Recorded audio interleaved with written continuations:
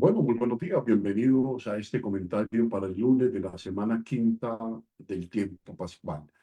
Seguimos este recorrido por la Pascua y en él pues nos viene acompañando todo este tiempo el libro de Hechos de los Apóstoles. Este libro, dense cuenta que ya no tenemos referencia por ahora a las lecturas del Antiguo Testamento, todo él, el libro de Hechos nos da razón de la construcción que la comunidad cristiana hace desde la experiencia de la intimidad con Cristo y bajo la fuerza, la luz y la orientación del Espíritu Santo.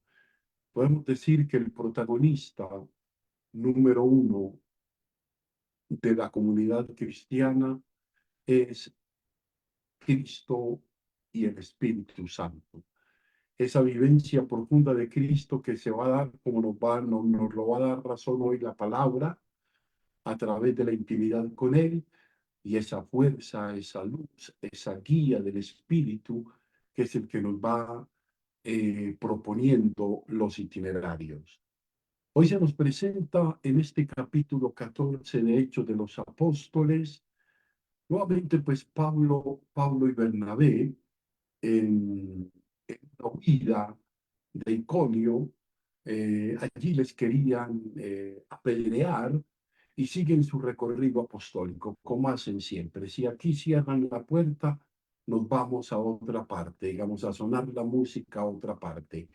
Esta vez consiguen un gran éxito en una ciudad muy importante, en Listra, donde Pablo nos dice que en el nombre de Jesús cura un cojo de nacimiento. O sea, es una escena, recordemos, un poco paralela a la de Pedro curando a un cojo en Jerusalén en el capítulo 3 de Hechos de los Apóstoles, solo que ahora el beneficiado es un pagano.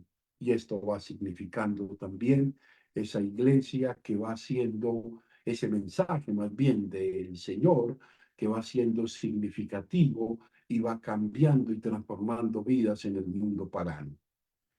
El éxito es asumido de de una manera exagerada hasta el punto de que estas personas quieren tomar a Pablo y a Bernabé como dioses disfrazados de hombres.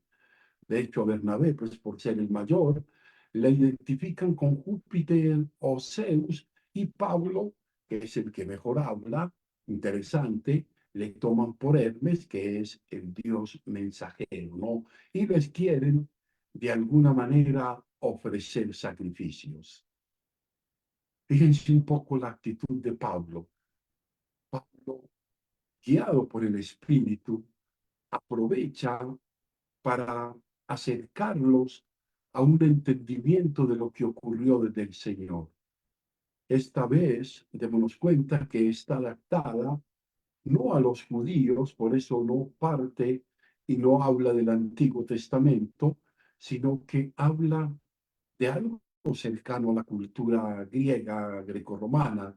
Habla del Dios creador de los cielos y de la tierra, el que manda la lluvia, las cosechas. Fíjense que él va haciendo una identificación, adentrándose desde los presupuestos de la cultura de ellos para llegar al Señor. O sea, no habla de una manera explícitamente de Jesús, el que va en uno de sus signos, en él por quien fueron creadas todas las cosas, celestes y terrestres, ¿no?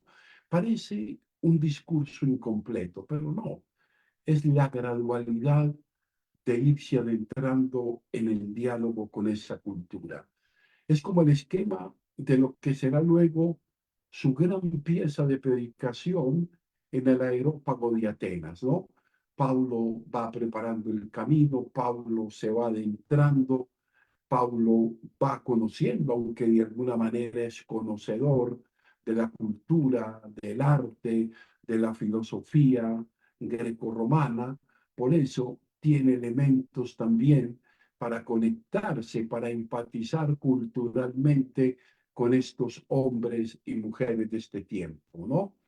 En nuestra vida, escribíamos un poco en el encabezado de la transmisión, en nuestra vida a veces, y a veces muchas veces, experimentamos éxitos, en otra tenemos el amargo sabor del fracaso, tenemos momentos de mucha serenidad, pero tenemos momentos de tensión, de tormenta interior, de zozobra.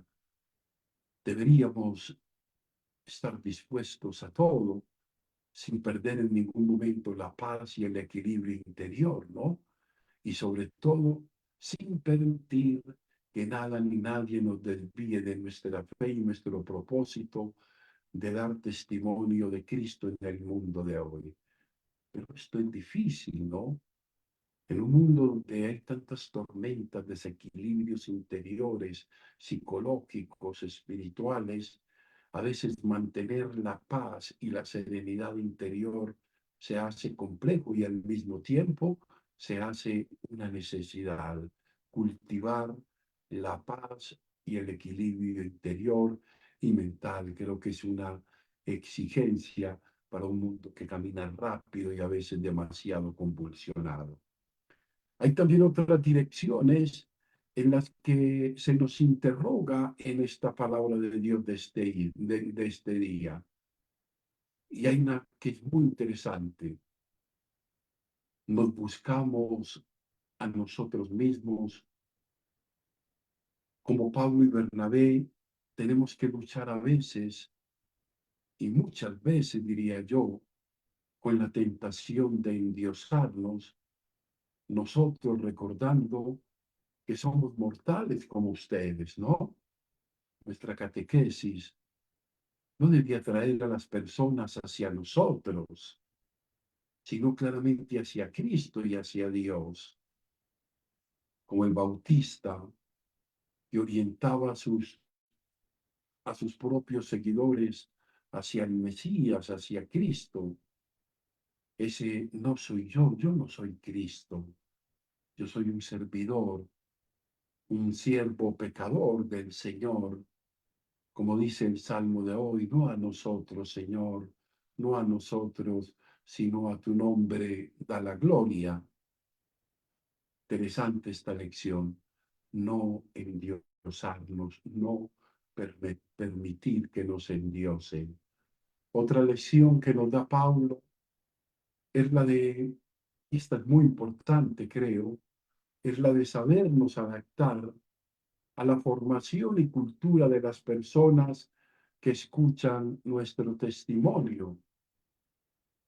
Los hombres y mujeres de hoy, los jóvenes de hoy, hoy cuando vemos ese vértigo de las redes sociales y de la informática y de la infodemia, de tanta, pero tantísima información, al joven de hoy frecuentemente, a veces desconcertados y en búsqueda, entienden unos valores que serán incompletos tal vez, pero son valores que debemos apreciar. ¿Qué valores, qué cosas positivas percibimos en la cultura esta posmoderna, multicultural y globalizada de hoy?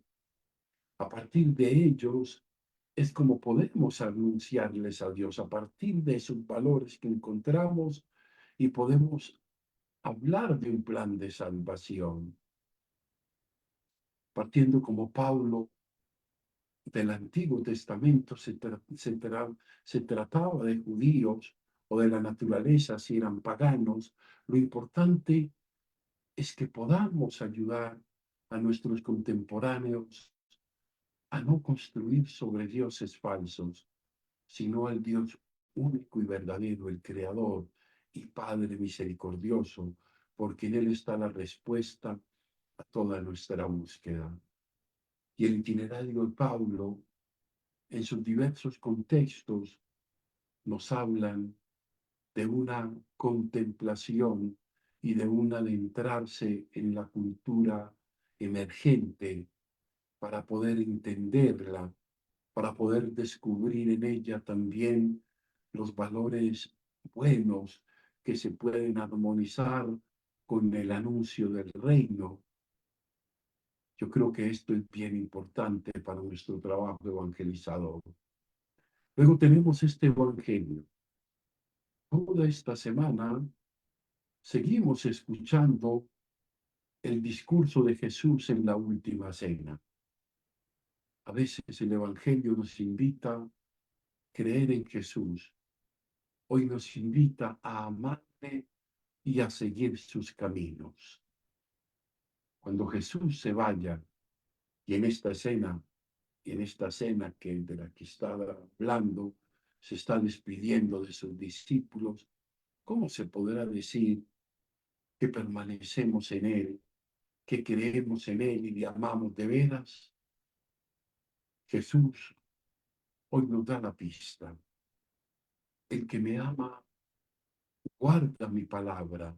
El que no me ama, no guardará mis palabras. Pero este amor tiene consecuencias y consecuencias inesperadas. Y ella es una admirable intercomunión con Cristo y con el Padre. O sea, al que me ama, lo amará mi Padre y lo amaré yo. Mi Padre lo amará y vendremos a Él y haremos morada en Él. Esa intercomunión con Cristo y el Padre es aquella de la que se refería el Señor el día de ayer, cuando hablaba que Él era la verdadera vid, la vid, donde cada una de los sarmientos adquiere todo su alimento, adquiere toda su posibilidad de sacar los mejores frutos. Hoy nos dice que adheridos a Él, atentos al mandato del amor, que es al que más insistencia tiene, no solamente seremos unos cumplidores, sino que cada que participamos de la vida de Cristo, también tenemos una experiencia de intimidad con el Padre. El que me ama, recordémoslo nuevamente, lo amará mi Padre y yo. Mi Padre lo amará y vendremos a Él y haremos morada en Él. Y aún más, Jesús nos anuncia ya ese evento que vamos preparando, la venida del Espíritu Santo como protagonista de nuestra vida de fe. Le llama Paráclito, o sea, el abogado, el defensor. Le llama maestro, el que nos lo enseñará todo. Y también lo llama memoria, el que les irá recordando todo lo que se ha dicho. Fíjense que es bien interesante ese modo como presenta la promesa del Espíritu, que será en definitiva quien hará que tenga sentido y significado Cristo como el Salvador. La Pascua es algo más que alegrarnos por la resurrección de Jesús. El resucitado nos invita a una comunión vital, estrecha, íntima. Nuestra fe y nuestro amor a Jesús nos introduce en un admirable intercambio. Dios hace su morada en nosotros. Nos convertimos en templo de Dios y de su Espíritu. Dios hace morada en nosotros, lo que Pablo va a llamar, ustedes son templo del Espíritu Santo. Nos invita también a permanecer atentos al Espíritu, que es nuestro verdadero maestro interior, la memoria, el que nos irá revelando la profundidad de Dios, el que nos conecta con Cristo.